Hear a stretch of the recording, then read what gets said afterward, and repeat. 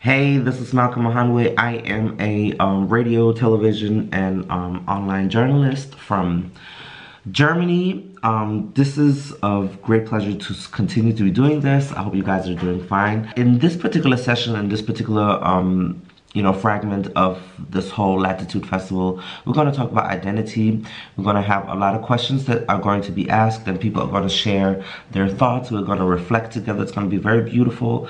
We're going to talk about identity. We're going to talk about race, queerness, all of that good stuff, and I have a personal history that is attached to that as well. Currently, right now, I am in Austria, and I was talking to a friend who she's also black like myself, but she was born and raised in Germany. She lives here now. She has a black boyfriend who is Austrian. And we talked about like what it means to be foreign or not. Who is like, how do we use the language? Because in our context, we don't have racial categories. So when I say black, that's something that is easily understood in English. However, in German, that is something that got more tricky. So then we thought about, okay, so if a person that is born and raised in a particular country, maybe and also has a nationality, but they don't look a certain way. They don't look like you would imagine the pure breed German or Austrian to look like. How do we then refer to ourselves? So there is the statistical terminology of a person with a migration background, but that doesn't really work, because if I got children with a person who they are also born with German nationality, that child statistically doesn't have a migration background. So then it got tricky. Then do we want to introduce racial categories? Because then we could start saying, well, you could say black German, Asiatic German, but it doesn't really sound nice. It doesn't sound good because of the history that we have.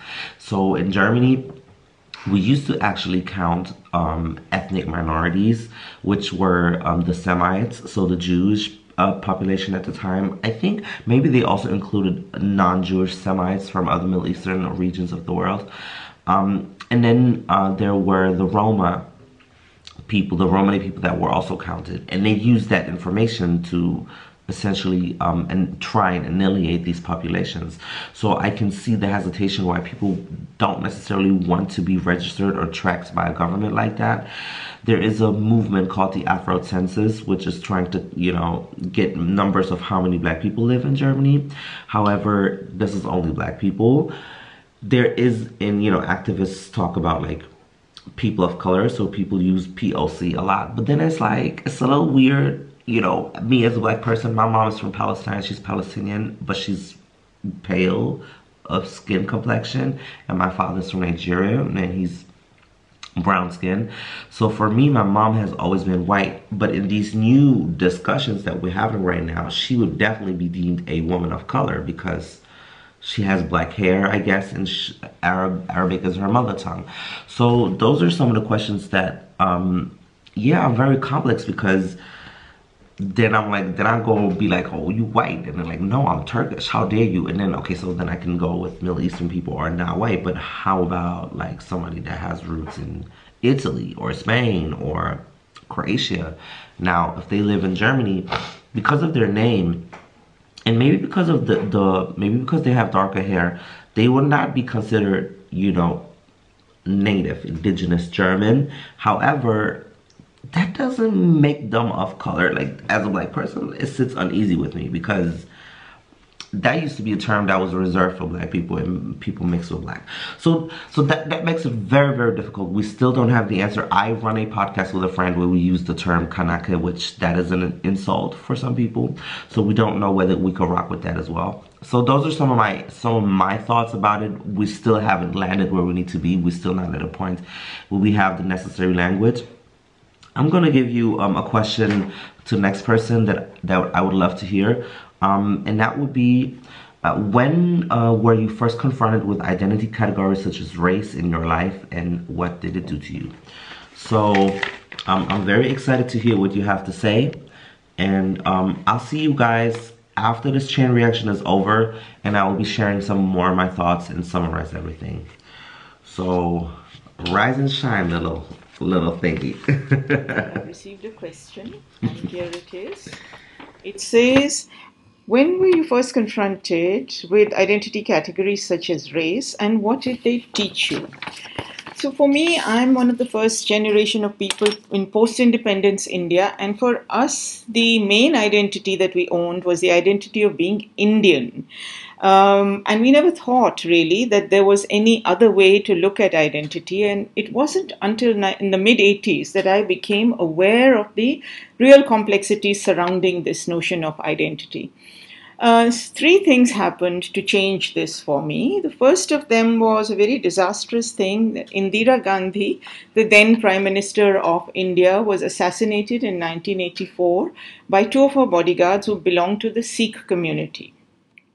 Now, I am part of that community. I'm also a Sikh by birth, but I have never thought of myself as Sikh. And it wasn't until that moment when Sikhs in Delhi became extremely vulnerable because, in order to revenge themselves for Indira Gandhi's death, Indians turned on Sikhs and killed them in large numbers. So it wasn't until that moment that I became aware of my identity as a Sikh and the vulnerability in which that placed me, while at the same time wanting to own that identity. I had by this time also been involved for over a decade in the women's movement in India, and in the feminist movement or the women's movement, questions of identity confronted us in very deep ways. We had all begun with the naive assumption that because we were women and Indian women, we would be kind of united across class, caste, religion, race in an identity that held us together by gender.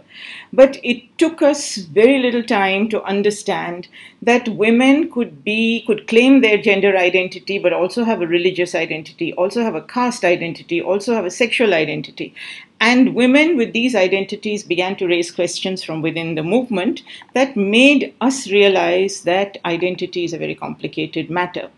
Also around this time, I had begun work on a book on the partition of India, looking at people's histories of that moment of terrible division and violence that came simultaneously with independence. And that whole moment is structured around issues of religious identity.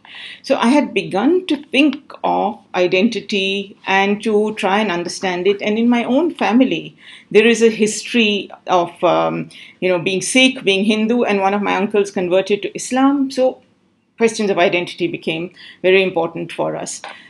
I've always had questions around this as I've come to terms with it, which are that identity is simultaneously a trap and an opportunity. It makes you vulnerable, but it makes you feel a sense of belonging, and it also offers you a way to mobilize. Why is it that we always get caught in identity and not see it as something where it's multi-layeredness, where it's the fact that you can occupy many identities at the same time?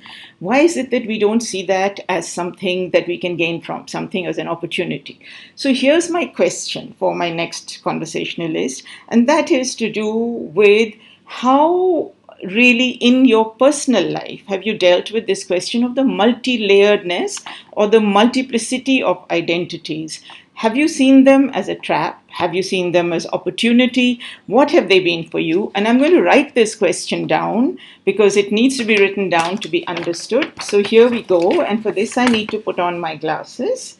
It is, how in your own life have you dealt with the questions of the multi-layeredness and the multiplicities of identity? Have you seen them as a trap or an opportunity, or both? And I'd love to hear from you on this. So here's my question, and it's being handed down to you, and I look forward to hearing from you. The question posed to me reads, how in your own life have you dealt with the questions of multi-layeredness and multiplicities of identities? Have you seen them as a trap or as an opportunity, or both? Thank you for the question. To briefly answer the question, I would take the position to appreciate the conceptualization of Onnu. From my background, Onnu, personhood, with a framework that it is an entity that cannot be simplified. Identity is complex. Identity is layered, and it is rounded. This has helped me to understand the processes of identification, with regards to it being a consistent process of transformation and becoming.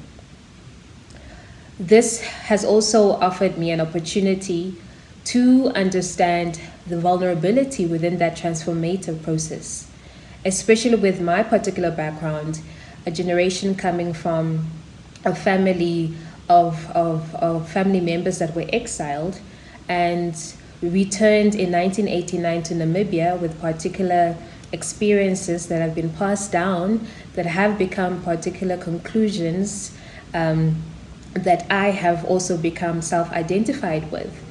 The same with the town that I live in Windhoek, a town that still today has colonial remnants, a town that is installed with symbols of colonial power, and how these symbols and these ideals have been internalized and served certain conclusions as well, for one's sense of self and one's identification as well. So this process of transformation and identification for me also is a process of unlearning and undressing and undoing. So for me, this multiplicity within my identity, multiplicity within my sense of self is something that I echo within my work, within my writing, within my research as well. Mandeli, which means where I am now, reflecting on where I am, processes of history, processes of how they link to the present and how they influence the future. And for me, multi-layeredness around identity, for me, a question on that would be to unlearn and to undo because of particular experiences and internalizations as well. With regards to traps, I think the question of traps with regards to the multiplicity of identities and multi-layeredness is the issue of language, is the issue of framework, is the issue of perspective, especially when we get into spaces and rooms and use these concepts and frames that come from particular cultures, that come from particular frameworks, and at times, in my experience, come from universalist directives or universalist meanings as well. So the question for me of multi-layered identity is plural.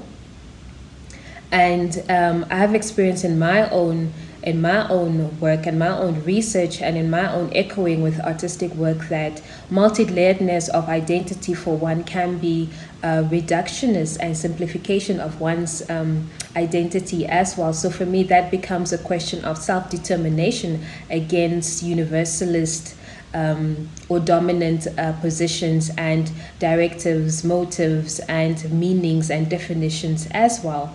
So this really has triggered me to think about the politics of language and language as an agent of erasure, language as an agent of misconceptualization of another, language as an agent of misrepresentation of another. So that for me is a trigger with the response to the question, and I think this is the departure that I would leave for the next speaker. The issue of language as an agent with regards to identity, with regards to self-identification and self-determination. The question would be, how has language as an agent allowed or deprived you of self-determination? So the question is, how has language as an agent allowed or deprived you of self-determination? So I look forward to your reflections on this.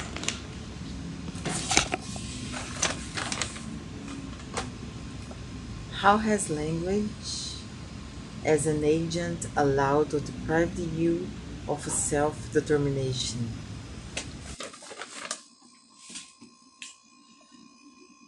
Tô iluminada pra poder cegar, tô ficando cega pra poder guiar. I allowed myself to start it in Portuguese, which is my language, to tell these words that is very specifically interesting for me, because say that I'm bright to make blindness, and I'm going blind to be allowed to guide. This is something that is very, very important around this question for me, because language is an agent, but not only one agent. It's many agents, is a plural, is an agency, and this agent are together as a field where I can dance and sing, of course, as I started. Is music, is a more and how can the complete body can understand everything. And I say this because in my culture we have this another word, very important word, that is ginga. Ginga is a twist, a kind of twist, but is a twist made with intelligence. It's a kind of intelligence that only know who can dance and fight. It's not a fight, it's not a dance, it's a movement. But this intellectuality of this movement just can made by these knowings, this unlearning. We need to switch off and make both be together and equalize these important fields around the culture, around the thinking. And why I'm saying this with this question, with the language as an agency, because it's very important in this plural field, in this plural thinking, get together the identity. Because every time that we say the words in the singular word, we put this universe, the onlyness, that is so violent, is so oppressive thinking for one culture as mine, that I only can understand the plurality, the plurality of the things. So it's not only one language, it's languages that make this field to understand the identities. And the harder work for me, when I understand these plural languages, these plural things that make this field, how can I walk, dance, or sing inside of this? Getting one agent more important than another. The hard work here is how can I make and do and put the same importance, the same power for which agent for me to be in this maybe soft and more horizontal field to dance. This is the kind of hard work that make my determination, make me continue to work, to do, and understand positions of not only care, but listening, to do and undo so many things. And which makes me think around the question. I want to question, my question now is around identity, but not only one, many identities. Let me write.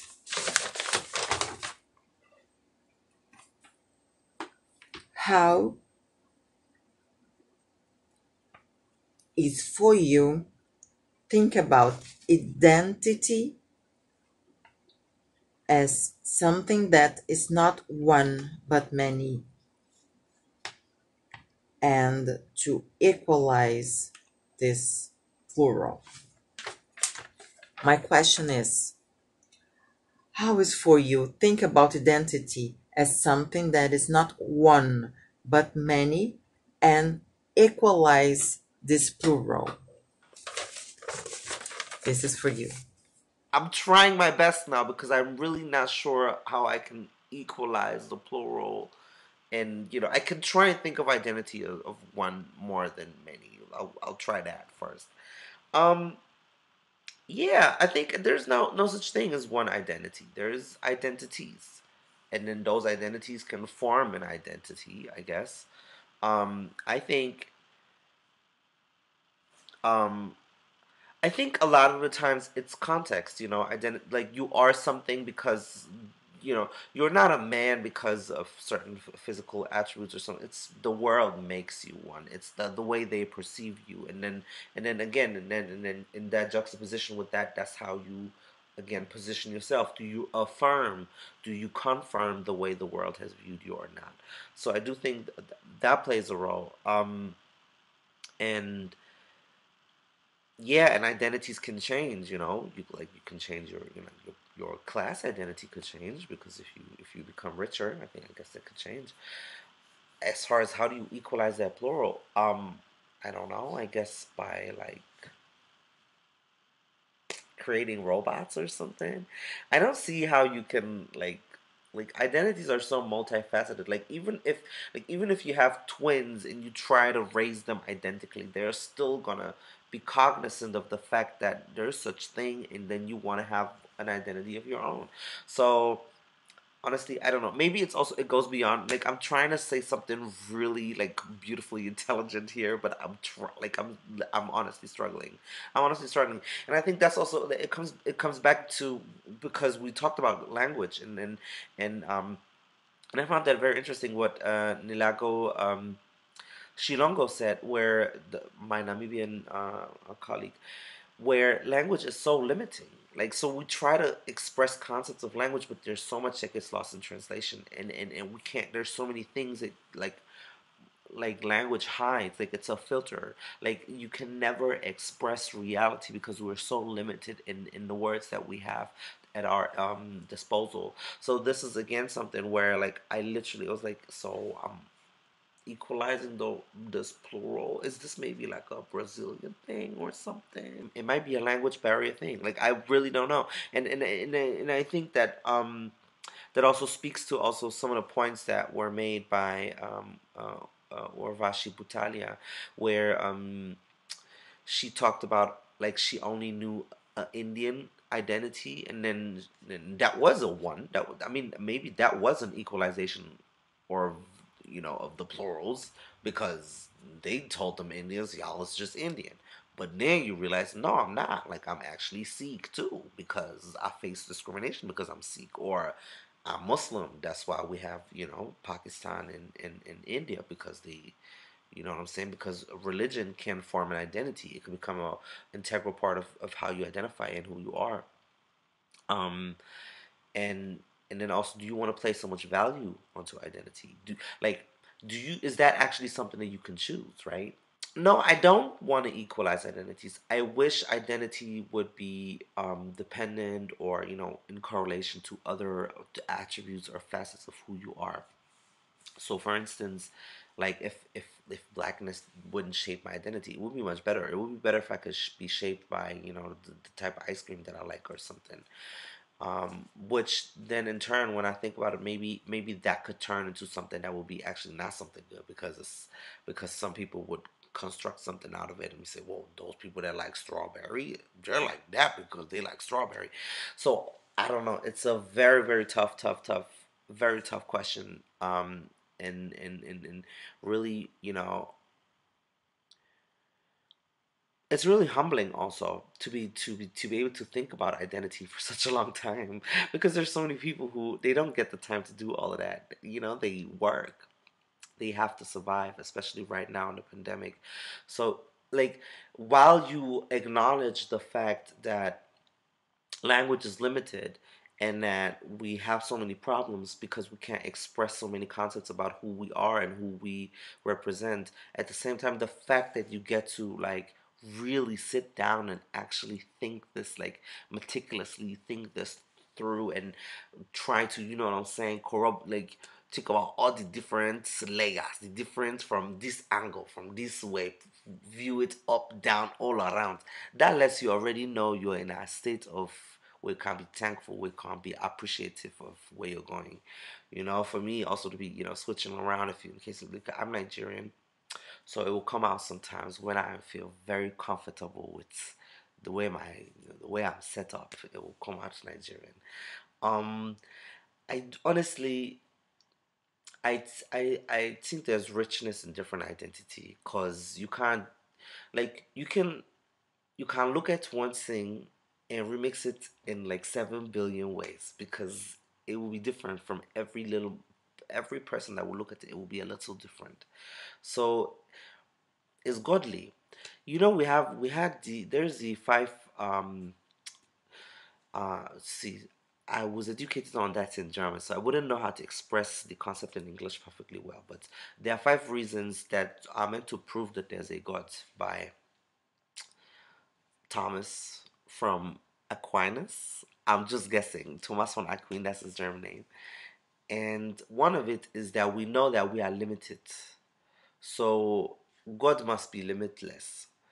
But even like we are not limited because like the fact that we have so many identities, that is the God in us. Like that is literally like divine because like it's endless. Like it's really endless because my like who I am tomorrow is different than who I was yesterday. And at times all the people in the world, you know what I'm saying? It will change. Then if you add the language, I might be that person, but my language will express another person that the person that I am, I can't even manifest that person through words because there was going to be something that's going to get lost in the shuffle through the language, be it your mother tongue or then a colonial language that isn't yours. How much of who you are, who you try to be, or who you try to represent gets lost because you speak a certain language. It makes us godly. It makes us very, very divine that we cannot equalize our identities, that we cannot um, pinpoint things so easily. And I think that is a really nice thought to leave you guys with. There's a little godly, if you don't like the God language, you know, if you, because I can understand if you have a troublesome relationship to religion. I'm not a religious person. I get it. Drop the God, but divine, spiritual, something. It's something very, very, very sacred that we all move with, that we all have within us. I'm gonna just go with that. I'm gonna give that to you guys. Stay safe in those times, and be aware, understand that there's different perspectives out there, that identities play a huge role for some people, and for other people they don't because they are not reduced to, you know, those things. It was a great pleasure. I want to bless you guys. Mwah. You can follow me on Malcolm Music or Malcolm Ohanwe. You can follow the Goethe-Institut.